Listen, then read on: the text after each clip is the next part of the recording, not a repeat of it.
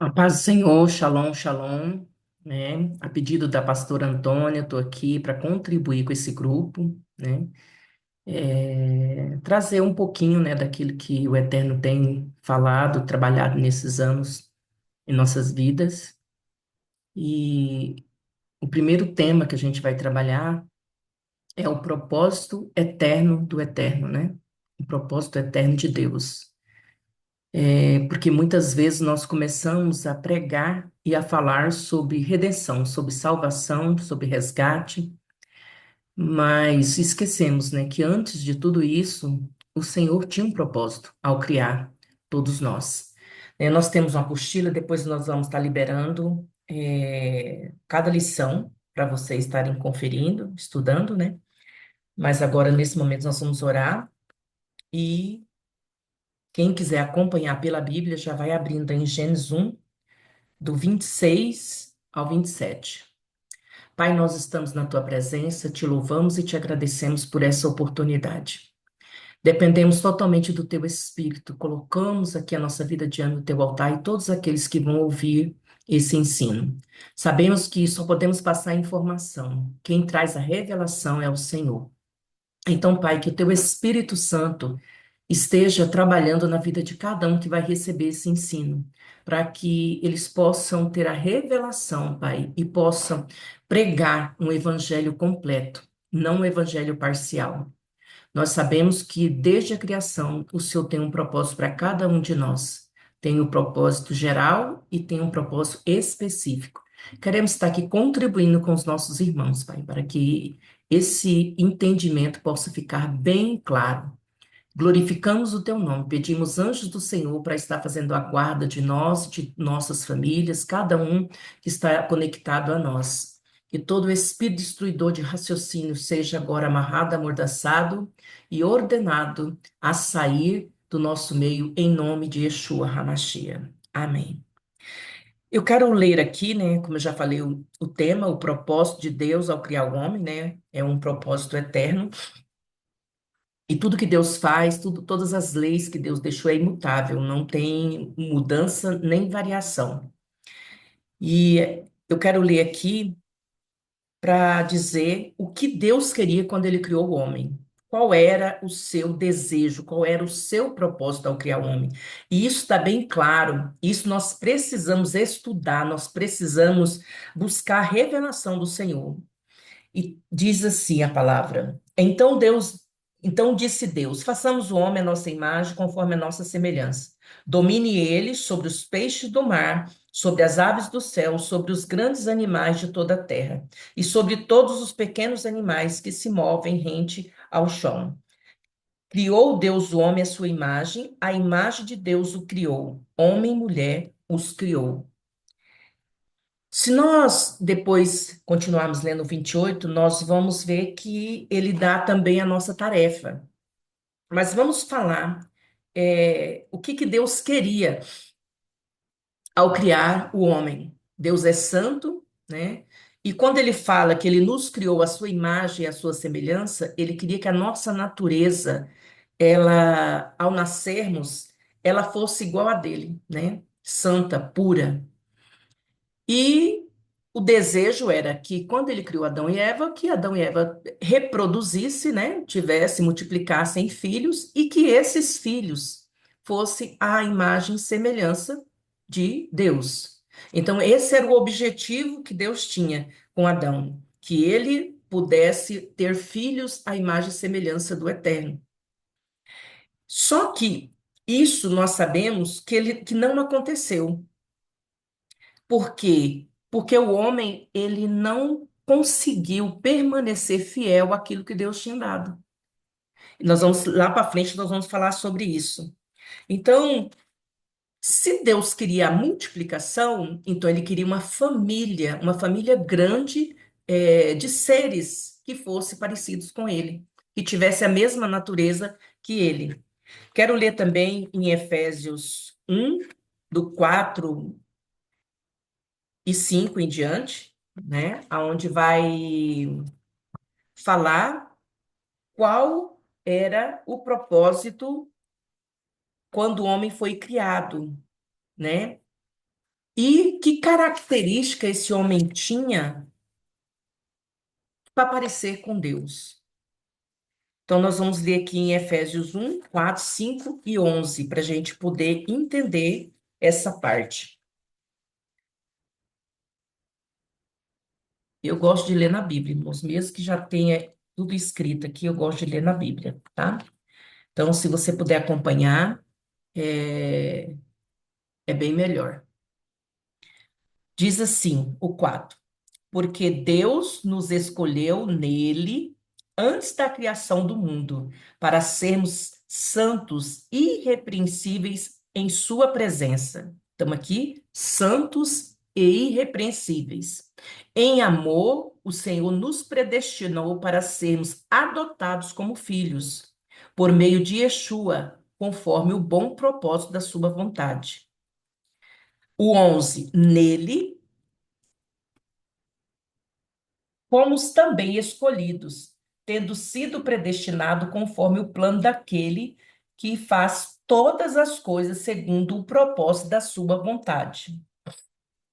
Então, quando nós olhamos para as pregações, né, que nós temos visto nas igrejas, ou quando a gente pega, né, eu faço um trabalho de libertação, quando a gente vai trabalhar uma pessoa, a primeira coisa que nós perguntamos é: você entende, você sabe qual é o propósito de Deus para a sua vida?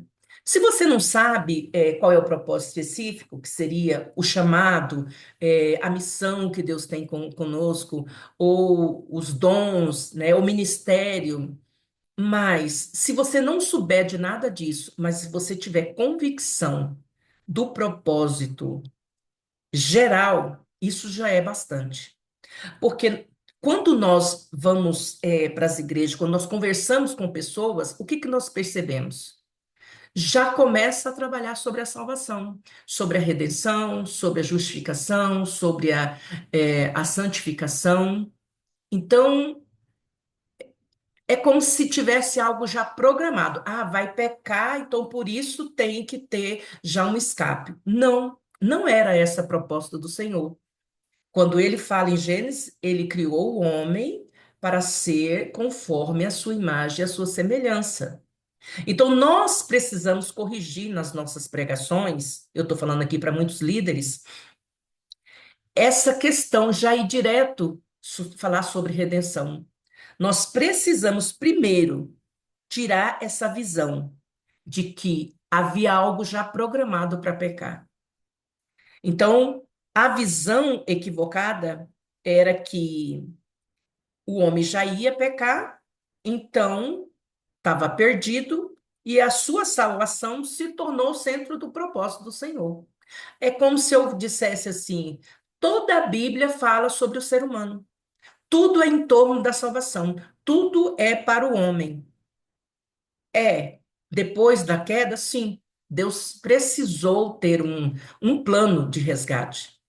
Mas o desejo dele é que nós multiplicássemos, né? Lá em Gênesis fala, vamos ler, né? O 28, 1:28. É importante a gente ler na palavra. O Espírito de Deus, ele está por trás de cada palavra e é ele que faz ela que faz a transformação em nossa vida. Então, Deus os abençoou e lhes disse: sejam férteis e multipliquem-se, encham e subjuguem a terra, domine sobre os peixes do mar, sobre as aves do céu e sobre todos os animais que se movem sobre a terra. Então, ele diz para sermos férteis e multiplicar. Por quê? Porque ele queria se relacionar com uma família grande. Ele queria que Adão e Eva tivessem filhos à imagem e semelhança dele. Não tinha nada de errado, não tinha pecado, não tinha contaminação, e todos que nascessem nasceriam dessa forma, puros e irrepreensíveis, santos na presença do Senhor. Então, nós temos que continuar aqui lendo. é, o propósito de Deus não surgiu com a queda. É algo que já estava no coração de Deus antes da fundação do mundo.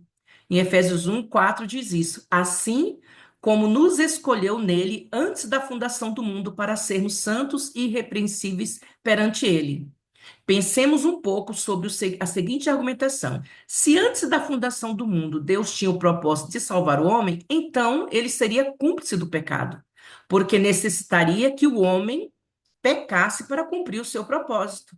Quando Deus disse: não coma deste fruto, na verdade, queria que o homem comesse e pecasse, ficando perdido em treva. Desse modo, Deus poderia cumprir o propósito de salvar o homem e mostrar o seu grande amor. E nós sabemos que não foi assim. Não foi dessa forma que Deus projetou. Deus deu uma advertência a que não, que podia desfrutar de tudo que estava no jardim, mas não era para comer do fruto da árvore do bem e do mal. Que nós sabemos que é a árvore do conhecimento humano, do conhecimento que não vem da revelação do eterno. E isso, quando nós absorvemos esses conhecimentos, nós nos inchamos de orgulho, de soberba, de vaidade. E quando nós, e Salomão também trata sobre esse assunto, mas quando nós nos colocamos na presença do Senhor, para conhecê-lo através da sua palavra, esse conhecimento, ele vai nos quebrantar, ele vai nos quebrar, ele vai nos levar a ficar submetido à vontade do Eterno. Então, a gente começa a ler, Deus começa a mostrar o nosso pecado, e nós vamos cada dia buscando arrependimento, buscando mudar o nosso interior, alinhar a nossa vida com a vontade do Senhor. Então, não era que Deus queria que pecássemos e teria que pecar para que o propósito cumprisse. Não. O desejo primeiro dele era que fossem da forma que ele criou. Criou puro, santo, parecido com ele, semelhante a ele, com a mesma natureza. E que cada vez que eles tivessem filhos, já nascesse com a natureza de Deus. E não aconteceu. Então, ora, tudo isso é uma grande confusão. Deus jamais quis que o homem pecasse. A salvação não era o propósito inicial do coração de Deus. A redenção foi necessária por causa da queda. A queda não foi programada para que houvesse salvação. Nós precisamos conhecer qual era a primeira intenção de Deus, qual era o propósito que Deus tinha em seu coração quando criou o homem. Então, façamos o homem a nossa imagem, conforme a nossa semelhança. E que, aí ele deu a ordem, sejam férteis e multipliquem-se.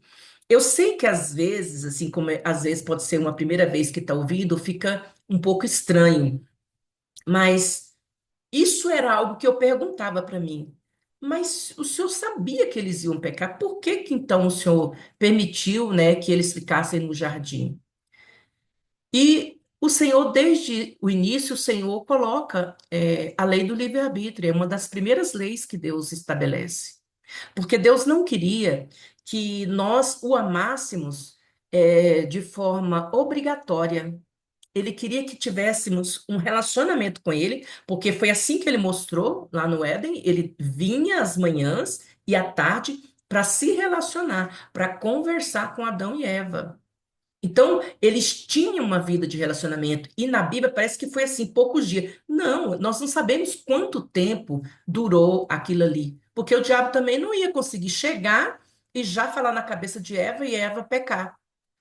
O diabo ele trabalha de forma lenta, trabalha de forma sutil e é bem devagar, ele tem paciência para isso. Então ele vai trabalhando, vai trabalhando.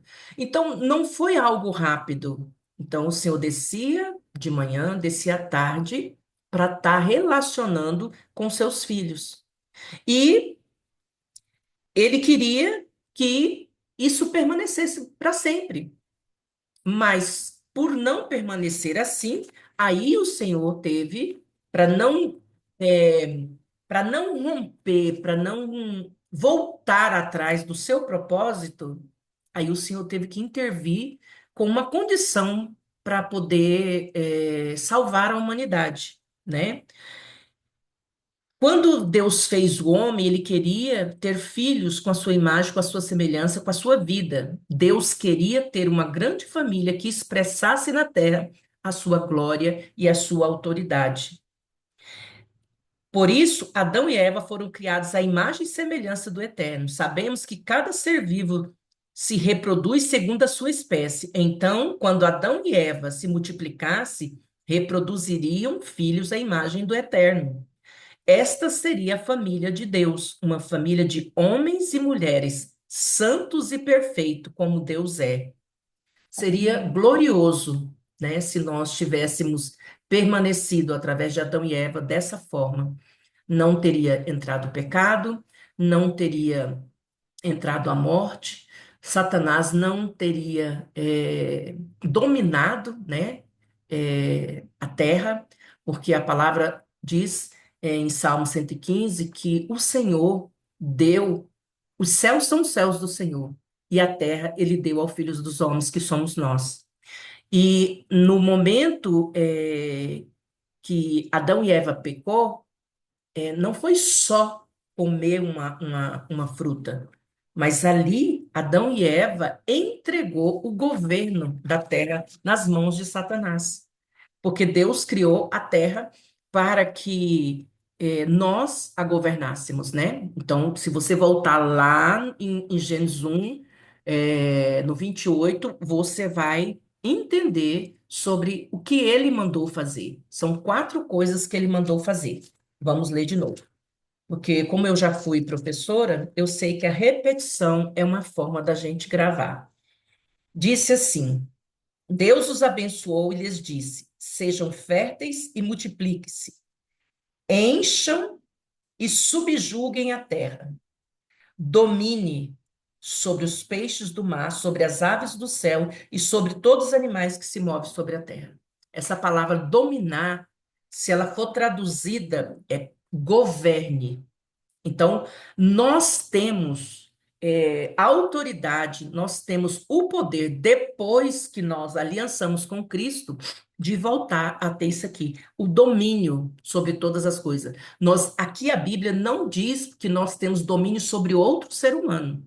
Não, não, isso não é do Senhor, mas sobre todas as coisas, sobre os elementos naturais, sobre os animais, sobre a natureza, sobre tudo, nós temos autoridade, nós temos o governo, mas muitos de nós vivemos sem esse entendimento e muitas vezes nós perecemos porque não sabemos usar toda a autoridade que nos foi dada. Amém? Vamos continuar. O que aconteceu quando o homem pecou? Eu quero ler em Romanos 13, 12 e o 5, 12. A gente precisa aprender a manusear a palavra, e a palavra é que traz a revelação.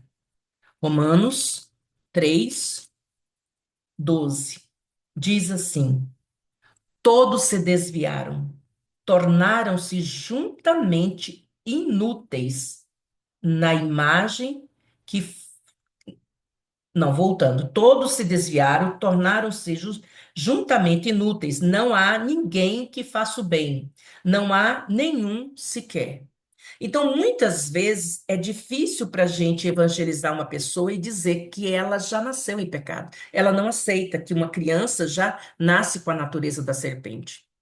Ela não entendeu que a contaminação, a entrega, essa aliança que Adão e Eva fez com a serpente, mudou, modificou o nosso DNA, modificou a nossa natureza. Então, muitas vezes você vai falar, as pessoas não concordam. Não, mas ela não pecou, ela não fez nada de errado. Então, nós temos um trabalho e nós pensamos. A criança entendeu, ela precisa já desse ensino. É claro que nós vamos trazer um ensino com a mentalidade dela, com, usando ferramentas para a idade de cada criança. Mas o que nós temos visto é que as igrejas não se importam com isso. Primeiro que a escola bíblica já está sendo extinta, né? Então, que era um que sustentava a igreja de Cristo. E hoje não, as crianças entram e saem, ninguém nem enxerga elas. E nós precisamos preocupar, nós precisamos buscar fazer esse trabalho com as crianças, porque ela é a igreja hoje, mas ela é a nossa igreja do futuro. E se nós não investirmos em ensino, dentro da palavra, elas vão perder a salvação. Porque não é porque elas estão dentro da igreja que são salvas, não é porque são filhas de crente que são salvas. Então, a Bíblia diz aqui que a partir do momento que Adão e Eva pecou, todos se desviaram, todos se tornaram inúteis, todos perderam a imagem e semelhança do Eterno. O 5:12, Romanos 5:12. Portanto, da mesma forma como o pecado entrou no mundo por um só homem e pelo pecado a morte, assim também a morte veio a todos os homens, porque todos pecaram. Então, não é que alguém fez algo para pecar. Nós nascemos com a natureza da serpente, porque Adão e Eva perdeu a imagem e semelhança e eles vão, cada um produz conforme a sua espécie. Antes, se eles não tivessem pecado, eles iam produzir seres humanos à imagem e semelhança do Eterno. Mas como pecou, a natureza foi trocada, a natureza de Deus pela natureza da serpente. Então, as crianças já nascem com essa natureza. Então, todos pecaram, todos. E isso é o que nós temos que falar, é isso que nós temos que pregar, é isso que nós temos que ensinar. Então, se a pessoa ela não entende que ela pecou, que ela desviou, que ela nasceu com essa deformidade no seu DNA, ela não vê necessidade de ter um Salvador. Ela não vê necessidade de ter que mudar de vida, né? Então, o que aconteceu com o homem por causa do pecado foi isso. Ele perdeu a imagem e semelhança do Eterno. Ele passou a ter agora a natureza da serpente. Então, Adão e Eva geraram filhos, como diz aqui em Romanos 5:12, dentro do pecado. Então, eles já nascem em pecado. Os nossos filhos já nascem em pecado. Por quê? Quem é que dá a vida? Quem dá a vida é o Eterno, através do sacrifício de Cristo na cruz do Calvário. Quem deu a vida para Adão e Eva foi o Eterno. Agora, se eles pecam e a natureza é trocada, então Adão, o espírito de Adão está morto. E o espírito de Eva também está morto. Então, quando eles têm relação sexual, eles vão gerar filhos também com essa morte. Então, o espírito está morto. E nós pensamos, mas então Deus desistiu do seu propósito? Não. Foi por isso que ele teve que providenciar, descer à terra, se tornar homem aqui, porque só uma pessoa da mesma espécie pode resgatar o outro. Então ele veio, encarnou e se tornou homem para poder nos resgatar das mãos do diabo. E a palavra diz que quando isso aconteceu e quando nós fazemos aliança com Cristo, nós somos resgatados, nós somos transportados do mundo das trevas para o mundo da luz do Filho amado, ou para o reino do Filho amado. Então, nós precisamos sair de um reino na qual nós já nascemos e temos que, através do sacrifício de Cristo, temos que ser transportado para outro reino. E o que que nós temos que fazer? Aprender através da palavra que no reino que nós estamos entrando, as regras são outras. Nós precisamos entender que funciona de forma diferente. A economia é diferente, a organização é diferente. Eu preciso abrir mão de tudo que é do antigo reino, para que eu possa desfrutar, para que eu possa viver a plenitude que Deus tem para mim.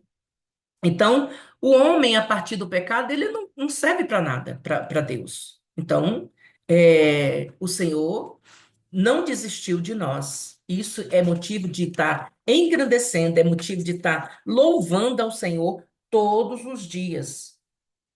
Por quê? Ele providenciou um resgate para nós.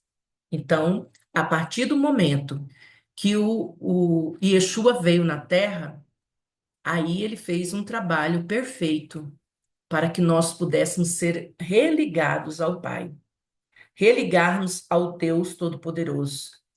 voltar a ter esse relacionamento que foi rompido com o pecado de Adão e Eva. Então, a morte da cruz, o sangue da aliança, ele faz isso. Ele nos conecta de novo com o eterno.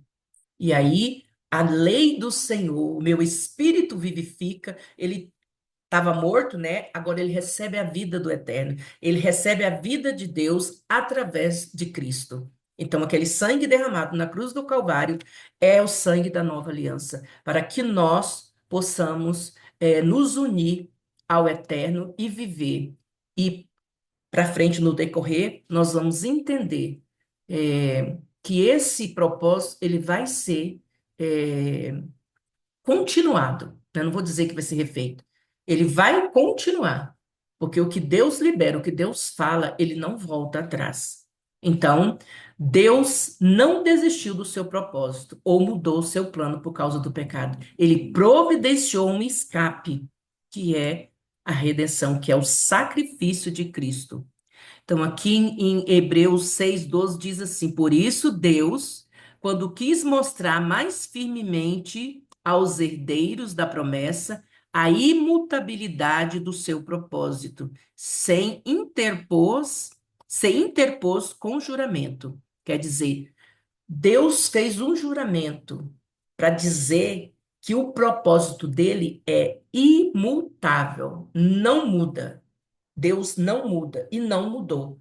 Então, nós vamos ver agora que a redenção, ela veio para resgatar, para dar continuidade aonde tinha parado. Nós somos cooperadores, nós somos é, embaixadores de Deus aqui na Terra, nós somos seus colaboradores. E nós temos que entender que eu posso ir numa igreja, eu posso fazer o que eu quiser, mas se eu não cumprir o propósito do eterno, e possivelmente descobrir o meu específico, eu não vou estar fazendo nada. Eu nasci para isso. Eu nasci para cumprir o propósito do eterno. Amém? Vamos orar. Eu não quero fazer muito longo, eu vou fazer vídeos pequenos para não cansar vocês, tá bom? E qualquer dúvida, pode mandar no grupo as perguntas, né? Se tiver alguma referência que eu deixei de citar aqui, eu gostaria que vocês colocassem, que vocês perguntassem, tá? Assim vai me ajudar a melhorar naquilo que eu estou transmitindo.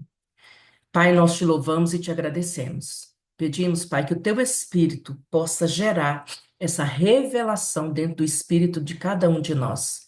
Nós precisamos, como Oséias diz, te conhecer e precisamos prosseguir em conhecer-te.